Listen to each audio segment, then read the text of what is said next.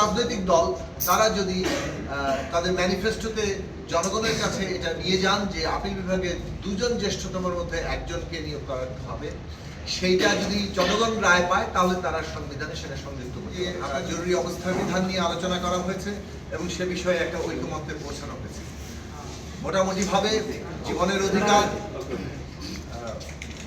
মানে অত্যাচার এবং অবমাননাকর নির্যাতন এর বিরুদ্ধে এবং এগুলোর জন্য বিচার পাওয়ার অধিকার সমেত মৌলিক অধিকারগুলোকে রক্ষা করে যদি এই অবস্থা বিরাজ করে যে জরুরি অবস্থা জারি করতে হবে, বিশেষভাবে যুদ্ধ পরিস্থিতি এবং রাষ্ট্রীয় অখণ্ডতা এবং সার্বভৌমত্বের প্রশ্ন, সেক্ষেত্রে বিরোধী দলের নেতা, সংসদের বিরোধী দলের নেতা এবং প্রধানমন্ত্রীর সম্মতি সাপেক্ষে, ক্যাবিনেটের সম্মতি সাপেক্ষে, পুরো মন্ত্রিসভা এবং বিরোধী দলের নেতার সম্মতি সাপেক্ষে রাষ্ট্রপতি জরুরি অবস্থা জারি করতে পারবেন।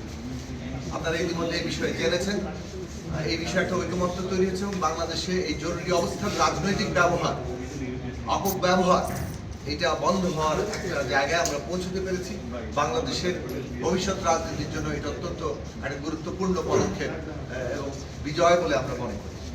দ্বিতীয় জায়গা হচ্ছে প্রধান বিচারপতি নিয়োগ। দীর্ঘদিন ধরে আমরা বাংলাদেশে বিচার বিভাগের পৃথকীকরণ এবং তার স্বাধীনতা নিয়ে আন্দোলন করে যাচ্ছি এবং সেই ক্ষেত্রে বিচারক নিয়োগের নীতিমালা, বিচার বিভাগের অধীনে একটা স্বতন্ত্র সেক্রেটারিয়েট কিংবা সচিবালয় এবং প্রধান বিচারপতি নিয়োগের যে প্রসঙ্গ, এইসব বিষয়ে নানাভাবে যে আলাপ আলোচনা হয়েছে, ঐকমত্যের সবগুলো জায়গা ছিল।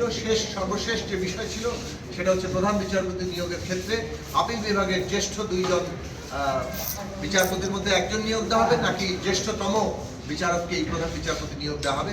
সে বিষয়ে আজকে যে সিদ্ধান্ত হয়েছে, সাধারণভাবে জ্যেষ্ঠতম ব্যক্তি আপিল বিভাগের তিনি প্রধান বিচারপতি হিসেবে নিয়োগ পাবেন।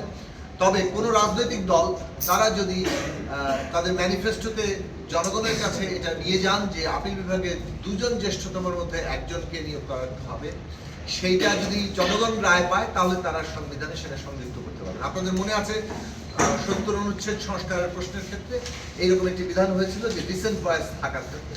আজকে এই ক্ষেত্রেও একটা ডিসেন্ট ভয়েস আছে, অর্থাৎ ঐকমত্যের জায়গা হয়েছে যে জ্যেষ্ঠতম ব্যক্তি প্রধান বিচারপতি হবেন, জ্যেষ্ঠতম আপিল বিভাগের বিচারকই প্রধান বিচারপতি হবেন। তবে কোনো দল জ্যেষ্ঠতম দুইজনের মধ্যে থেকে একজনকে প্রধান বিচারপতি নিয়োগ দেওয়ার যে অধিকার রাষ্ট্রপতির থাকবে, সেটা তারা জনগণের কাছে নিয়ে যেতে পারবে।